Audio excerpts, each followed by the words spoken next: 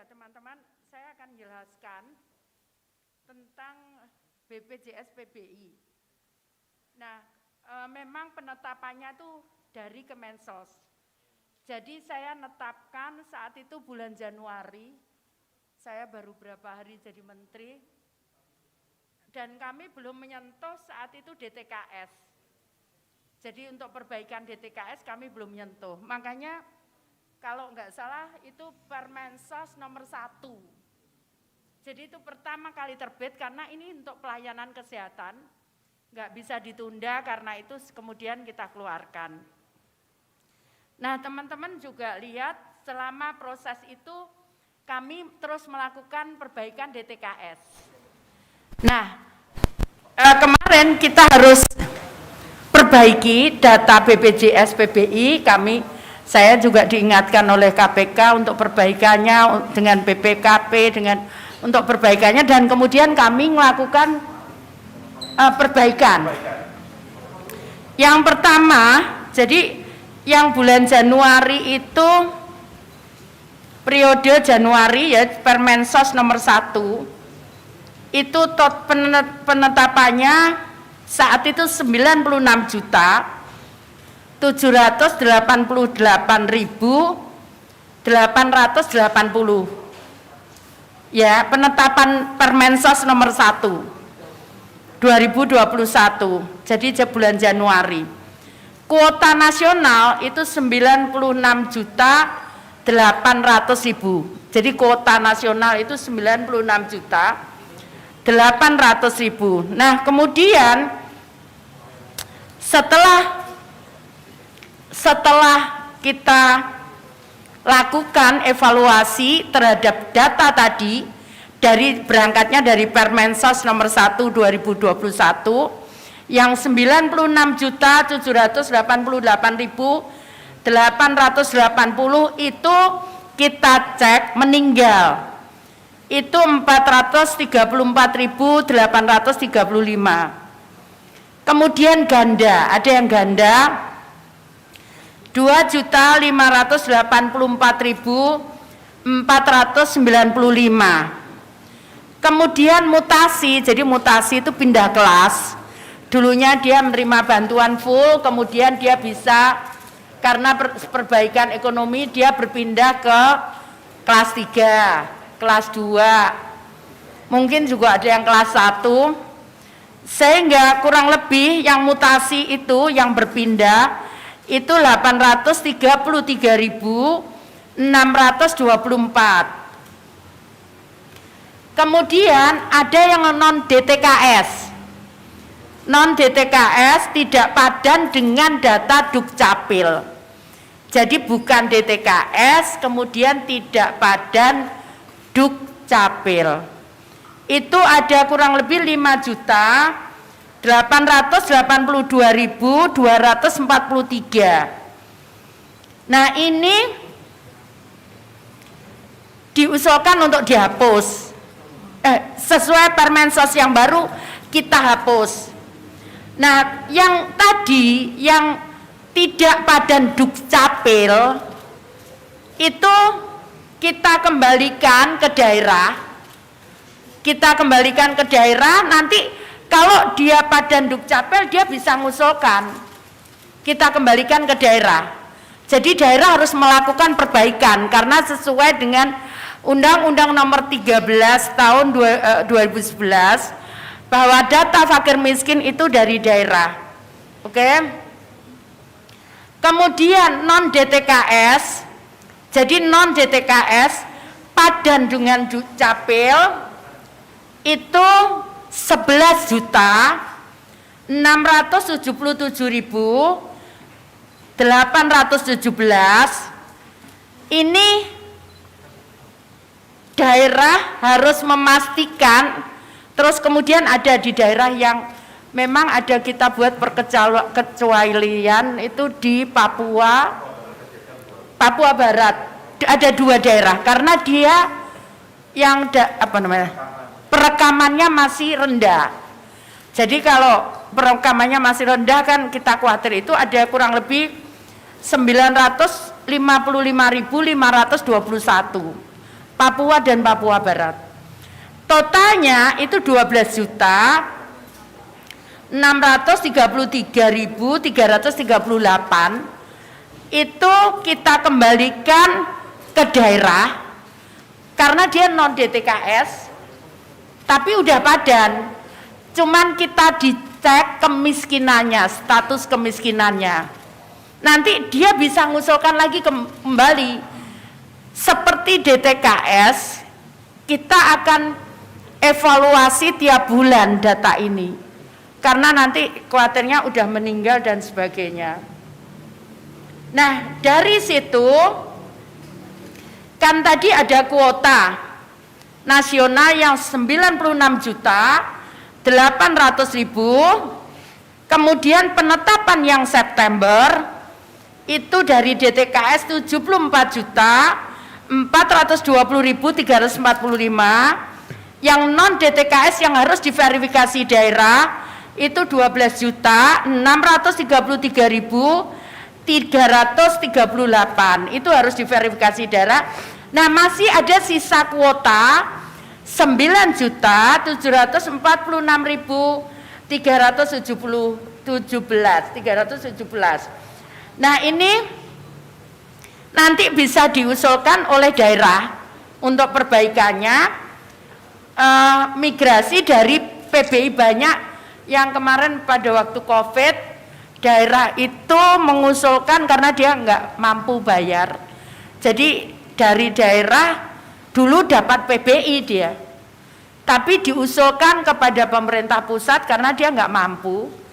Daerah bisa mengusulkan lewat itu. Kemudian atau yang 9 juta itu diisi oleh usulan baru dari daerah. Dan bayi baru lahir dari ibu PBI. Jadi yang bayi dari ibu PBI maka dia harus kita tampung dimasukkan PBI. Kemudian sesuai dengan peraturan presiden maka pekerja 6 bulan setelah PHK dia belum bekerja, maka itu juga akan kita masukkan di kuota tadi. Kemudian korban bencana seperti itu. Jadi seperti itu yang kita datanya. Nanti kalau bingung tak kasih anu aja ya, catatan aja ya. Ya power-powernya tak kasihkan nanti. Ya, nanti tak kasihkan aja. Ya. Sudah. Ya, silakan. Saya Fajar dari Tempo, Bu. Tadi kan yang dikasih ke Pemda itu kan 12,6 juta gitu ya. Kembali ya. Karena dia ulang. tidak padan dengan DTKS ya. Kalau yang udah padan DTKS kan langsung dimasukkan. Ya, 7 juta tadi. Nah, tadi kan juga disinggung 5 juta gitu, Bu ya. Yang akan tidak padan dengan Dukcapil. Yang nah itu maksudnya tidak padan dengan Dukcapil itu apa? Nggak ada di data kependudukan. Fiktif gitu atau gimana jatuhnya? Nggak tahu, aku nggak ngomong fiktif loh ya. Maksudnya kenapa 5 juta? Nggak tahu, karena itu kan data lama yang kita juga nggak tahu. Nanti daerah ngecek lagi gitu. Ya. Mungkin dia bagian dari 1% daerah yang belum ke data, kita nggak tahu. Tapi yang jelas itu kita kembalikan ke daerah untuk daerah ngecek lagi keberadaan penduduknya itu, gitu. Nanti kita kasihkan ini ya. Ya. 9 juta betul. 9,7 ya, Bu? Enggak. Ini sisa kuota. Yang verifikasi itu 12.633.338. Itu harus diverifikasi oleh daerah. Gitu. Bukan tidak bakal, ini kosong malahan, belum. Bisa diusulkan oleh daerah.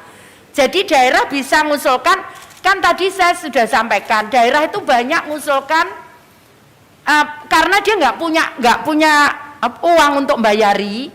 Dulu dibayar oleh daerah, tapi daerah begitu pandemi nggak punya uang, dia minta ke pemerintah pusat untuk bayari gitu. Yang PBI ini, nah itu boleh ngusulkan, boleh dia ngusulkan baru dari kuota ini 9.746.000.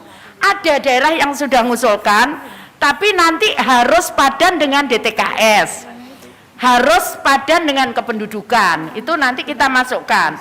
Kemudian bayi yang baru lahir dari ibunya PBI, maka bayinya masuk di PBI juga. Kemudian pekerja ini sesuai dengan apa namanya, Kepres nomor berapa ya yang itu? Yang PHK.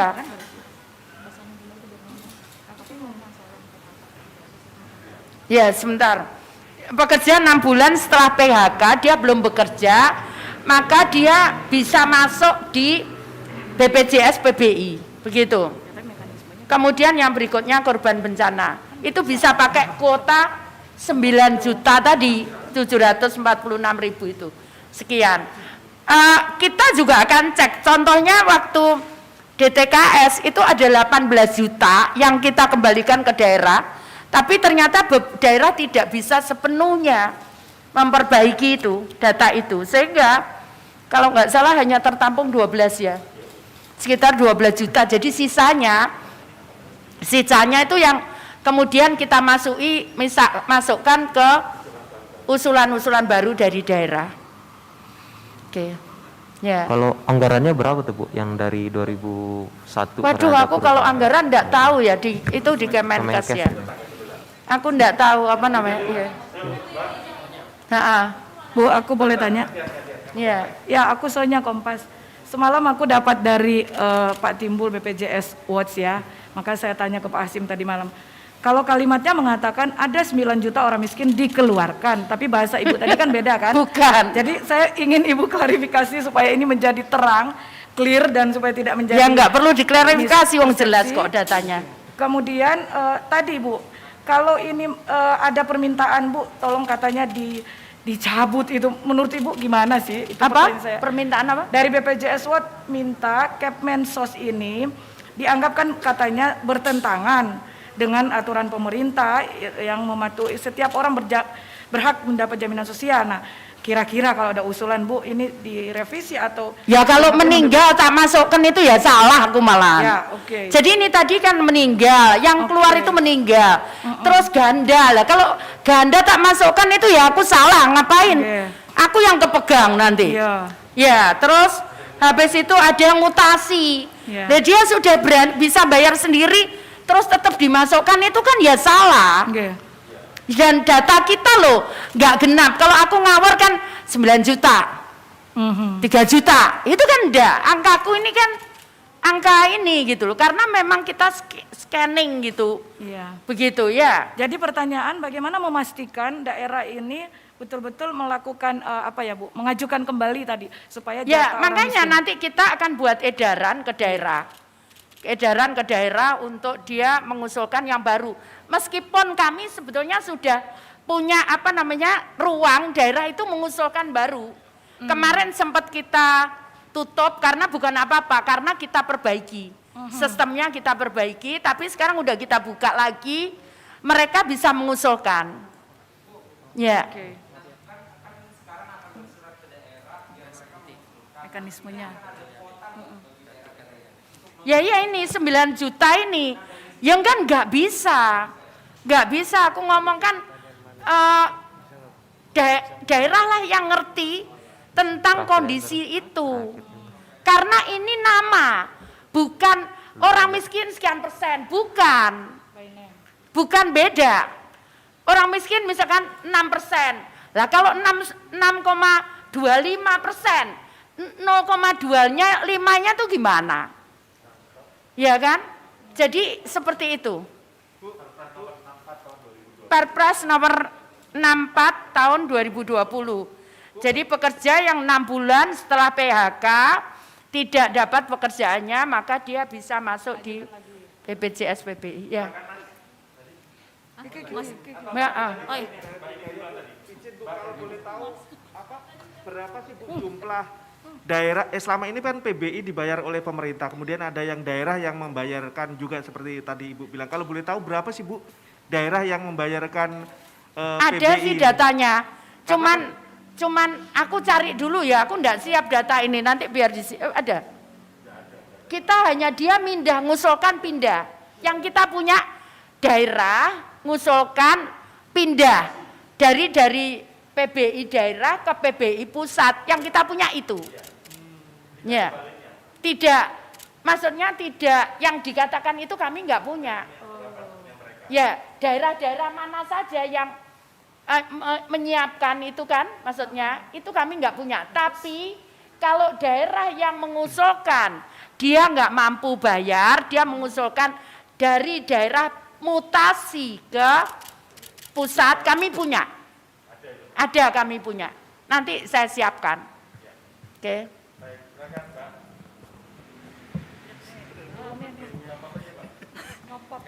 Selamat siang Ibu, saya Mia dari Jawa Pos. Ibu menekankan kembali Bu, ini kan masalah data dan daerah selalu berulang gitu loh Bu, nggak selesai-selesai dari dulu gitu. Nah, kira-kira ada solusi lain tidak ya Bu? Maksudnya agar pemerintah pusat mungkin lebih tegas lagi gitu, karena apalagi masa pandemi gini alasannya kan tidak ada anggaran dan sebagainya. Akhirnya ya sepertinya data-data lama saja yang kembali diajukan gitu Bu, nggak benar-benar terjun ke lapangan untuk ngecek by name by address-nya untuk warga miskinnya. Yang kedua untuk mekanisme tadi Bu, untuk yang mereka yang ter-PHK jumlahnya kan juga cukup besar Bu. Ini seperti apa ya Bu koordinasinya baik dengan BPJS Ketenagakerjaan maupun Kementerian Ketenagakerjaan? Apakah maksudnya ketika kita gitu ter-PHK bisa langsung mengajukan sendiri atau seperti apa Bu? Dan itu selama berapa lama nih Bu? Kadang kan kita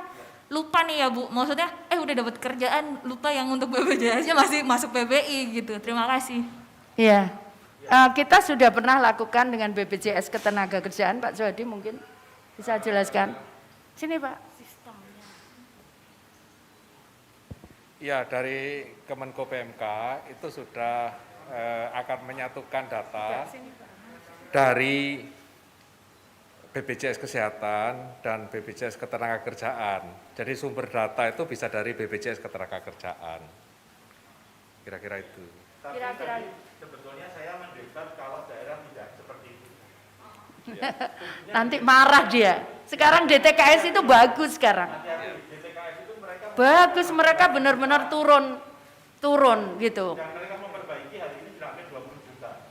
Jadi mereka juga bekerja. Mereka bekerja kok. Ya kalau berat memang ya ada yang wilayahnya jauh begitu memang dia ya kita harus itulah. Tapi mereka bekerja. Yang perbaikannya di DTKS kurang dari 25% itu hanya belasan. Dari 514 kota kabupaten di Indonesia. Jadi mereka bekerja. Dan kalau yang berulang kami baru nanganin ini. Kami sudah nanganin DTKS-nya, insya Allah kan sudah jalan. Sekarang kita mau nanganin PBI, DTKS ini. Kalau ini realisasi terwujud pasti dia semangat. Kayak yang kejadian DTKS dulu kan saya juga nggak tahu dulu, tapi rasanya dulu mereka juga ogah-ogahan. Tapi begitu ternyata mereka kemudian kita perbaiki, ternyata kemudian kita kembalikan benar mereka dapat, mereka juga semangat kok. Iya, jadi kan kalau untuk warganya saya pikir mereka juga semangat. Sebenarnya kan kuncinya kepastian ya Bu ya. Ya kan kepastian gitu, tidak ada yang terlewatkan. Ya memang sulit orang kita, saya pernah ada laporan itu kita harus datangi sampai 4 jam. 4 jam, 4 hari, sorry. 4 hari kita berjalan. Jadi kita datangi sampai 4 hari, 4 jam lah gampang. Ya 4 hari kita harus jalani. Jalannya, waduh apa namanya, makanya saya kerjasama dengan off-road itu. Ya, begitu. Ada yang lain ya? Tidak ada, silakan. Bu, 2 pertanyaan lagi Bu terakhir. Ini kan artinya kan ada perbaikan gitu ya, ada yang mutasi, ada yang meninggal, ada yang dicek ulang gitu. Nah, Ibu melihat ini akan mengurangi beban anggaran untuk dari pemerintah pusat untuk PBI nggak Bu? Itu yang pertama. Untuk yang setelah ini ya, setelah terbitnya Kemensos yang 92 ini, itu yang pertama. Yang kedua berarti bisa dipastikan ya Bu, kalau ini lebih akurat gitu, atau tidak ada kekhawatiran kalau orang miskin tidak akan kena dapat PBI gitu. Ya, yang pertama yang saya jawab, jadi memang daerah memang harus mengusulkan. Jadi daerah, kenapa? Kemarin beberapa kali case-nya DTKS Bank menyampaikan double. Setelah kita cek ternyata nggak ada double. Jadi jadi artinya bahwa evaluasi data kami insya Allah bagus. Sudah bagus beberapa kali, akhirnya kita bisa patahkan semua case dengan baik dengan bank maupun dengan PT Pos, katanya double, ternyata dia satu alamat. Lah kalau rumahnya satu, alamatnya satu, kemudian tapi dia beda kakak, beda orang, beda keluarga, ya dia memang miskin. Kalau kaya dia kan beli rumah sendiri. Seperti itu. Nah, jadi daerah memang harus memastikan. Dan alhamdulillah daerah bagus responnya. Mereka kalau sekarang ini kalau misalkan kesulitan, nggak bisa gitu, mereka minta bantuan kita. Dan kita sebar staf kita, ada beberapa yang kita juga minta bantuan dari perguruan tinggi untuk mahasiswanya, mereka bantu perbaikan data. Di mana ya itu? Di Papua. Itu kita minta bantuan, tapi staf kita juga ada yang di sana.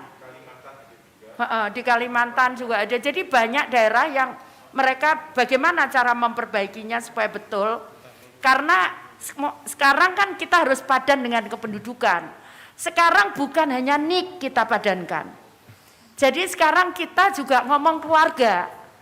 Karena ternyata misalkan kita bantu pengurusnya, istrinya misalkan, ternyata suaminya bisa PNS. Atau suaminya juga yang lain, bahkan menteri. Nah, karena itu sekarang kita tes di kakaknya gitu. Juga kakaknya, sehingga kita akan tahu pengurus di situ itu dapat apa enggak gitu. Jadi keluarga pohon keluarga, pohon family tree-nya itu kita bisa tahu gitu. Tapi beban anggaran itu bisa kelihatan. Nah, kalau beban, kalau datanya benar, ya pasti kemudian menjadi efektif. Saya tidak ngomong turun, nggak tahu soalnya jumlahnya berapa. Tapi efektif gitu, karena menurut saya kita nggak bisa ngomong misalkan 1000 banding 500 besaran mana, karena itu tergantung menurut saya tergantung pembayaran klaim ya. Tergantung penyakitnya ya. Nah, mestinya begitu ya, tapi saya nggak tahu. Mohon maaf saya tidak berani komentar ini karena saya nggak tahu. Tapi bahwa kuota 96.800.000 itu masih belum terisi, terpenuhi 9 juta sekian. Nah itu nanti kita akan tarik dari usulan daerah yang perbaikan, yang pengusulan ke PBI. Yang sudah padan dengan penduduk, kependudukan, dan DTKS. Begitu.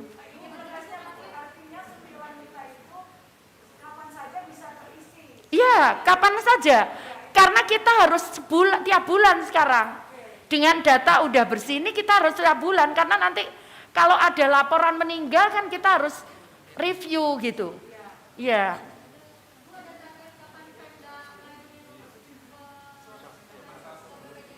Ya nanti kan kalau dia tidak bisa update sekarang, bulan ini berarti bulan depan bisa ditampung, kayak gitu-gitu. Ya. Tanggal 12 kita memperbaikinya setiap sampai dengan tanggal 12. Daerah sudah tahu itu. Iya, jadi mulai tanggal 1 sampai tanggal 12, daerah itu memperbaiki. Nah, minggu ketiga kita untuk buat kita SK saya, dan kemudian minggu berikutnya itu proses penyaluran kalau di bansos. Gitu ya.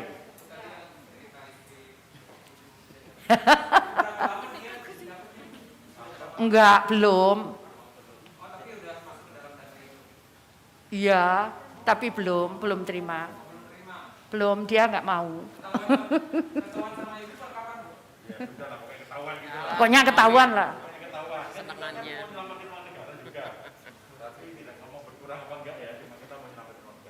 Gitu ya. Ada yang lain? Maaf, apa? Cukup? Cukup. Ya, cukup. Oke, Melani lewat sini, Mel. Bu Menteri, Kau. Ini Mel. izin saya Bu dari Kompas TV. Oh iya. Beda Gimana? isu Bu, mohon maaf. Iya. Di Tangerang itu Bu ada bayi atau pensiunan itu menjadi manusia silver itu seperti apa sih Bu tanggapannya Bu? Jadi sorry ya, ini apa namanya? Ada yang saya juga harus rahasiakan karena sebenarnya kalau lihat sejarahnya kasihan ini. Tapi sekarang sudah ada di balik kami, si anak dan ibunya. Kenapa?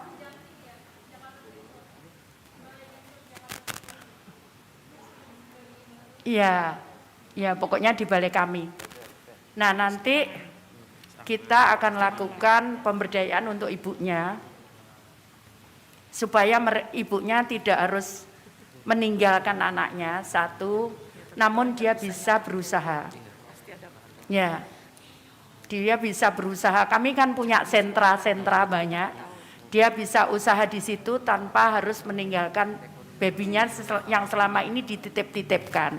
Karena dia harus bekerja. Bekerja ya sebagai pengemis lah ya. Nah kita nggak mau itu. Ibunya ditampung di balai, nanti dia bekerja. Di balai kita akan siapkan pekerjaan untuk ibunya sehingga dia nggak perlu ninggalkan atau nitipkan bayinya, begitu, ya. Apa Mel?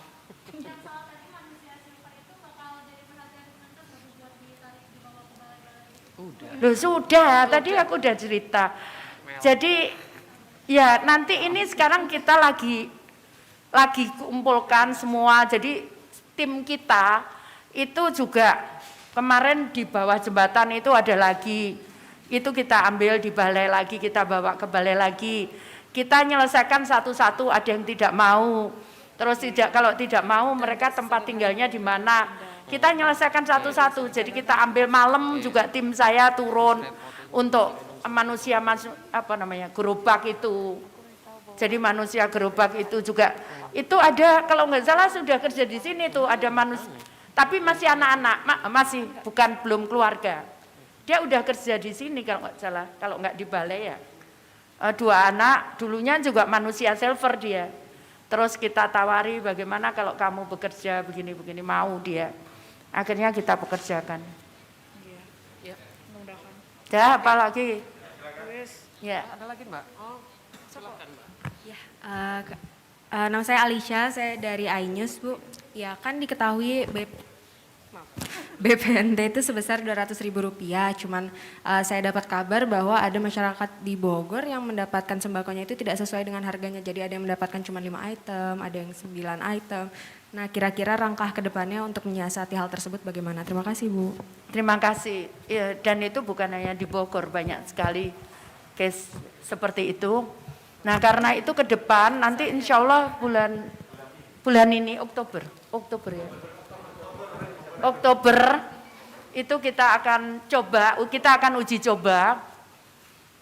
Jadi nanti tidak perlu pakai kartu.